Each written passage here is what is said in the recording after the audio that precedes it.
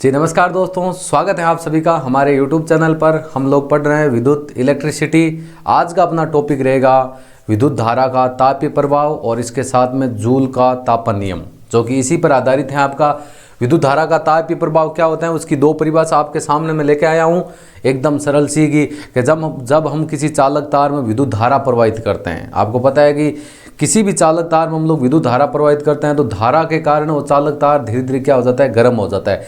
गर्म होने का रीज़न क्या होता है, आपने पीछे पढ़ा था कि प्रतिरोध होता है वो चार कारकों के ऊपर निर्भर करता है। एक तो किसी चालक तार की लंबाई के ऊपर, लंबाई के साथ में अनुप्रस्थ काट के क्षेत्रफल के ऊपर और उसके साथ में तापमान के ऊपर। अब हम लोग किसी चालक तार में विद्युत धारा प्रवाहित करेंगे तो धारा के प्रवाहित हो रही है तो उसके अंदर प्रतिरोध कुछ ना कुछ होगा और प्रतिरोध के कारण वो तार गर्म होता है।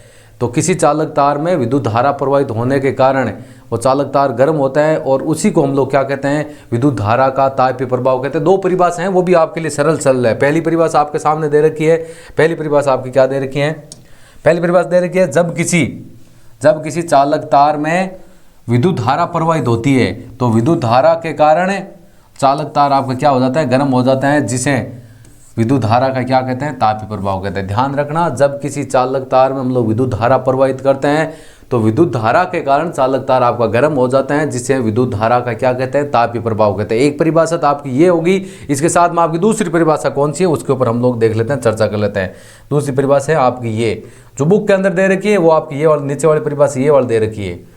ये देखो आपके सामने दे रखी है। दूसरी परिभाषा आपकी क्या है, दूसरी परिभाषा दे रखी है कि यदि एक विद्युत परिपथ विशुद्ध रूप से प्रतिरोधक है, ध्यान से सुन लेना, शुद्ध नहीं आपका विशुद्ध बोल रहा है इसमें। यदि एक विद्युत परिपथ विशुद्ध रूप से प्रतिरोधक है तो स्रोत की ऊर्जा पूर्ण रूप से ऊष्मा के रूप में सहित होती है। जो आपके स्रोत में जितनी भी ऊर्जा होती है उसका नुकसान किस में होता है, ऊष्मा के रूप में होता है, और इसी को क्या कहते हैं, विद्युत धारा का तापीय प्रभाव। अब देख लो, पहले आपकी कंडीशन दे रखी है कि यदि एक विद्युत परिपथ विशुद्ध होना चाहिए। यदि एक विद्युत परिपथ विशुद्ध रूप से प्रतिरोधक है तो स्रोत की ऊर्जा पूर्ण रूप से ऊष्मा रूप में क्या होती है, सहित होती है। ऊर्जा एक रूप से दूसरे रूप में क्या हो जाती है, आपकी परिवर्तित हो जाती है, क्योंकि ऊर्जा होती है ना वो हमेशा एक रूप से दूसरे रूप में बदलती है। यहाँ पर जो आपकी विद्युत ऊर्जा होगी वो किस ऊर्जा में बदल जाएगी, ऊष्मा ऊर्जा के रूप में। इसी को विद्युत धारा का तापीय प्रभाव बोल सकते हैं और इसी विद्युत धारा का ऊष्मीय प्रभाव बोल सकते हैं। दोनों चीज़ तो एक ही होती है। जब किसी चालक तार में विद्युत धारा प्रवाहित होती है तो चालक तार गर्म होता है, इसी को विद्युत धारा का तापीय प्रभाव कहते हैं और इसी को क्या कहते हैं, आपका ऊष्मीय प्रभाव कहते हैं। तो ये होगी इसकी परिभाषा। अब इसके बाद हम बात करें किसके उदाहरण की, एग्जाम्पल की बात करें। अब देखो, एक विद्युत पंखा निरंतर चलता रहता है। आप घर में आपने पंखे को ऑन कर दिया, वो निरंतर चल रहा है। चलने के साथ में क्या होता है, आप उस पंखे को हाथ लगा के देखना, वो पंखा क्या हो जाता है, आपका गर्म हो जाता है, क्योंकि आपने उसके अंदर विद्युत धारा प्रवाहित की और विद्युत धारा प्रवाहित करने के कारण उसमें लगातार विद्युत धारा प्रवाहित होती है। उसके कारण क्या होता है कि आपको पता है ऊर्जा हमेशा एक रूप से दूसरे रूप में चेंज होती है। अब जो पंखा होता है वो विद्युत ऊर्जा को किस ऊर्जा में चेंज कर रहा है, गतिज ऊर्जा में, जिसके कारण क्या होती है, कुछ ऊर्जा होती है ऊष्मा ऊर्जा के रूप में से होती है, जिसके कारण वो आपका पंखा क्या हो जाता है, गर्म हो जाता है निरंतर। अब एक से एक मिनट में चालू करने पर बंद, आप देखोगे नहीं ऐसे नहीं, लगातार कम से कम थोड़ा 1-2 घंटा होना चाहिए आपका। और इसके साथ में हम बात करें कि इस प्रभाव का उपयोग हम लोग विद्युत हीटर, आप देखते हो हीटर आपका जो विद्युत ऊर्जा को ऊष्मा ऊर्जा के रूप में बदलता है, उसके साथ में विद्युत गीजर हो गया और इस्त्री हो गई जिसे हम कपड़े फ्रेश करते हैं, उसमें किया जाता है। इस प्रभाव का, विद्युत धारा के तापीय प्रभाव का उपयोग विद्युत हीटर, गीजर और इस्त्री के रूप में अनेक ऐसे प्रोडक्ट होते हैं जिनके अंदर किसका उपयोग किया जाता है, विद्युत धारा के तापीय प्रभाव का उपयोग होता है या विद्युत धारा के ऊष्मीय प्रभाव का उपयोग होता है। तो ये होगी इसकी परिभाषा, इसके साथ में उदाहरण। अब आगे हम लोग चर्चा करते हैं, दोनों तरीके से समझ लेते हैं। पहला आपका दे रखा है, देखो आपका इसमें दे क्या रखा है, जो मेन हेडिंग है ना, हेडिंग आपकी दे रखी है। ये देखो, ये हेडिंग दे रखी है कि विशुद्ध जो प्रतिरोध है आपका, विशुद्ध प्रतिरोध,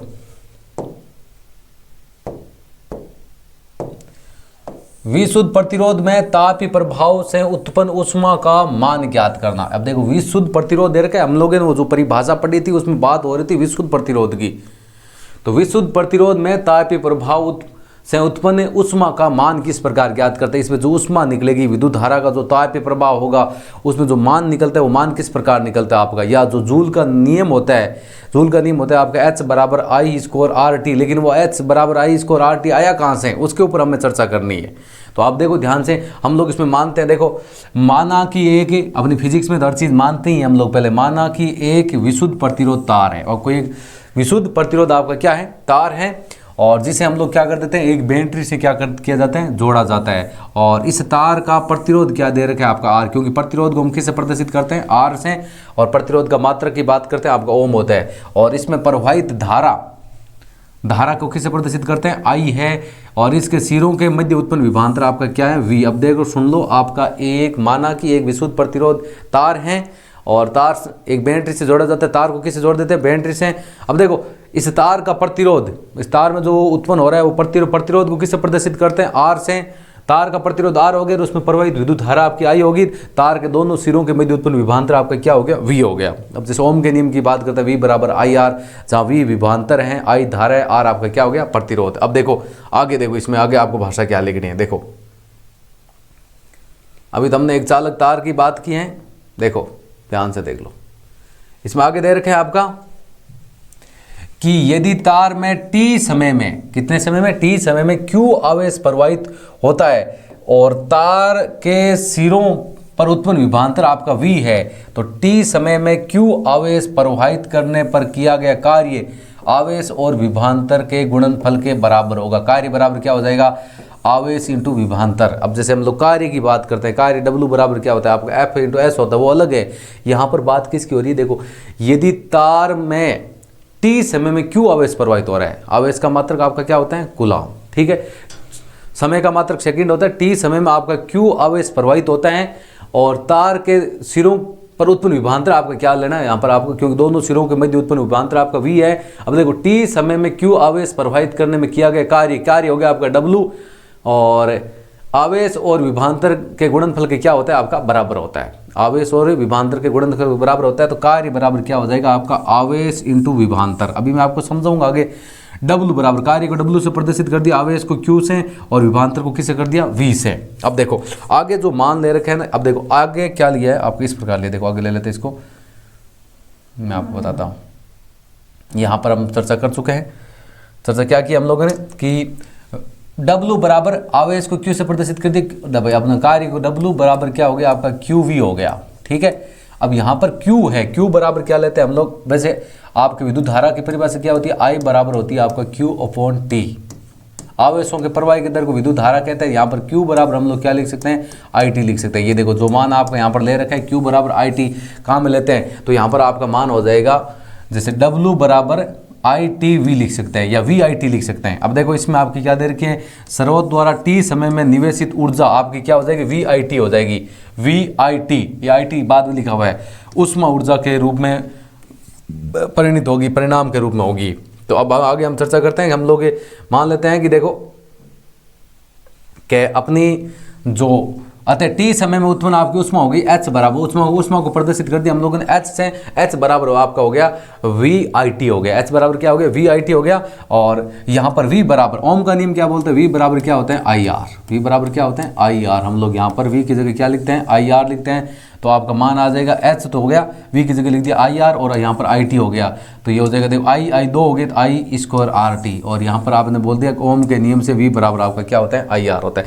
जो हम लोगों ने उत्पन्न उष्मा निकाली है, वो उष्मा आपकी लास्ट में आ रही है H बराबर I स्क्वायर RT। यही है आपका जूल का तापन नियम, या एक विशुद्ध प्रतिरोध द्वारा उत्पन्न उष्मा का मान ज्ञात करना। एक क्वेश्चन आ जाता है कि विशुद्ध प्रतिरोध द्वारा उत्पन्न उष्मा का मान हम लोग किस प्रकार ज्ञात करते हैं, वो जो उष्मा निकलती है आपको वही ये नहीं निकलती है, H बराबर I स्क्वायर RT, इसी को जूल का तापन नियम बोलते हैं। दोबारा देख लो ध्यान से, ऊपर से एकदम सरल भाषा में, भाषा तो एकदम आपकी सरल ही दे रखी है, ऐसे तो कुछ हार्ड तो दे ही नहीं रखी है।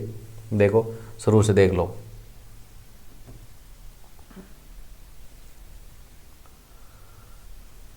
देखो अपने यहाँ से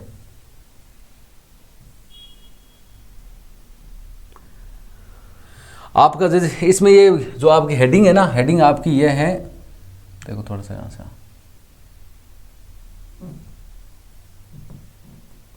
हेडिंग आपकी है कि विशुद्ध विशुद्ध प्रतिरोध में तापीय प्रभाव से उत्पन्न ऊष्मा का मान ज्ञात करना। आपसे क्वेश्चन भी आ जाएंगे, विशुद्ध प्रतिरोध से तापीय प्रभाव से ऊष्मा का मान किस प्रकार ज्ञात करते हैं, तो उस पर ये आपको उसके अंदर करना है। देख लो, इसमें माना एक विशुद्ध प्रतिरोध तार है, एक तार ले लेते हैं जो कि विशुद्ध प्रतिरोध रहित है, और एक बैटरी से हम लोग उसको क्या कर देते हैं, जोड़ देते हैं। तार का प्रतिरोध आपका क्या, क्योंकि प्रतिरोध को हम लोग R से प्रदर्शित करते हैं, प्रतिरोध का मात्रक आपका ओम होता है, और प्रवाहित धारा आपकी I होगी, और इसके सिरों के मध्य उत्पन्न विभवांतर आपका क्या हो जाएगा, V हो जाएगा। ठीक है, आगे चलो देखो। अब देखो, वो हमने माना है इतनी चीज़ के, एक विशुद्ध प्रतिरोध का तार है, तार का प्रतिरोध R है, प्रवाहित धारा आपकी I है, दोनों सिरों के मध्य उत्पन्न विभवांतर आपका V है। अब हम देखें, यदि तार में T समय में Q आवेश प्रवाहित होता है, समय आपका लिया T समय, आवेश Q प्रवाहित होता है, तार के दोनों सिरों के मध्य उत्पन्न विभवांतर आपका V है, तो T समय में Q आवेश प्रवाहित करने में किया गया कार्य आवेश और विभवांतर के गुणनफल के क्या होगा, बराबर। कार्य बराबर हो जाएगा आवेश इंटू विभवांतर। कार्य को प्रदर्शित कर दिया W बराबर हो गया आपका QV, क्योंकि I बराबर QT होता है, तो Q बराबर क्या लिख दिया हम लोगों ने, ये इधर गुणा में चला जाएगा, Q बराबर हो जाएगा आपका IT। तो इस प्रकार आपका मान आ जाएगा W बराबर क्या हो जाएगा, VIT।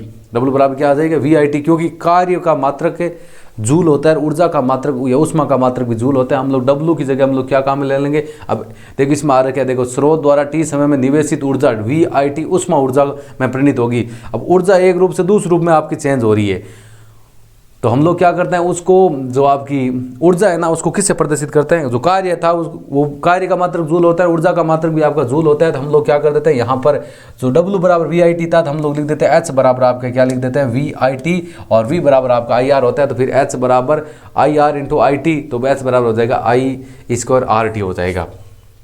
आगे हम चर्चा करें कि जूल का तापन नियम, जो भी हम लोगों ने पढ़ा है वही आपका जूल का तापन नियम होता है। जूल के नापन के नियम की चर्चा करें ना, क्या होता है आपका, ये होता है आपका जूल का तापन नियम होता है आपका H बराबर क्या होता है आपका, H बराबर क्या होता है, I² RT। H बराबर क्या होता है आपका, I² RT, ये होता है। इसका मतलब क्या होता है कि जो ऊष्मा होती है, ऊष्मा का मान धारा के वर्ग के समानुपाती होता है, ऊष्मा का मान प्रतिरोध के समानुपाती होता है, ऊष्मा का मान समय के समानुपाती होती है। यहाँ पर तीन चीज़ें हैं।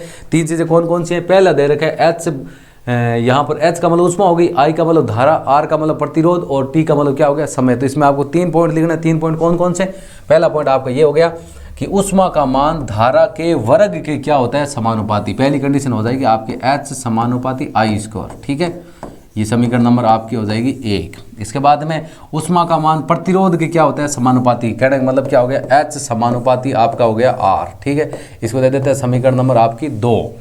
और तीसरा आपका ऊष्मा का मान समय के क्या होता है, समानुपाती, H समानुपाती आपका क्या हो गया, T हो गया। इसको दे देते हैं समीकरण नंबर 3। अब हम लोग तीनों को मिला देते हैं, समीकरण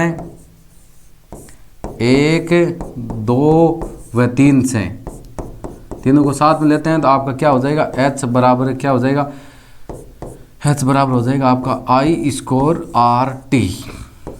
यही आपका जूल का तापन नियम है। इसमें आपका 3 मान दिए होंगे, एक मान आपको यदि ज्ञात करने का बोले तो हम लोग आसानी से ज्ञात कर सकते हैं। तो इसी आज का वीडियो था, आज का जो अपना टॉपिक था, जिसके अंदर हम लोगों ने बात की विद्युत धारा का तापीय प्रभाव क्या होता है या उसमें प्रभाव क्या होता है। उसके बाद में उस पर आधारित कौन कौन सी युक्तियाँ होती है, जैसे विद्युत हीटर हो गया, गीजर हो गया, ये जितने विद्युत ओवन हो गया, ये सारी विद्युत धारा के तापीय प्रभाव पर कार्य करती हैं। उसके बाद में एक विशुद्ध प्रतिरोध होता है, उसमें तापीय प्रभाव के द्वारा उसका किस प्रकार हम लोग ऊष्मा का मान ज्ञात करते हैं, वो हम लोगों ने देख लिया। और जूल का तापन नियम क्या होता है, बहुत ही इंपॉर्टेंट क्वेश्चन है आपका।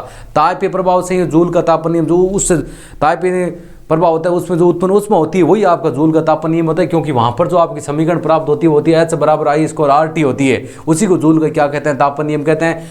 इसका मतलब क्या हुआ, आपको भाषा यही लिखनी है कि ऊष्मा का मान, एक प्रतिरोध द्वारा उत्पन्न ऊष्मा का मान जो आपकी धारा के वर्ग के समानुपाती होती है, प्रतिरोध के समानुपाती होती है, और समय के क्या होती है, समानुपाती। तो आज का टॉपिक अपना इतना ही रहेगा। विद्युत धारा का तापीय प्रभाव क्या हो उसको हमने बढ़िया तरीके से समझा, जूल का तापन नियम क्या उसको भी हम लोगों ने बढ़िया तरीके से समझा। मिलते हैं जल्दी आपको नेक्स्ट सेशन में। वीडियो अच्छा लगा तो लाइक ज़रूर करें, शेयर करें और हमारे यूट्यूब चैनल को सब्सक्राइब करें। Thank you. जय हिंद, जय भारत।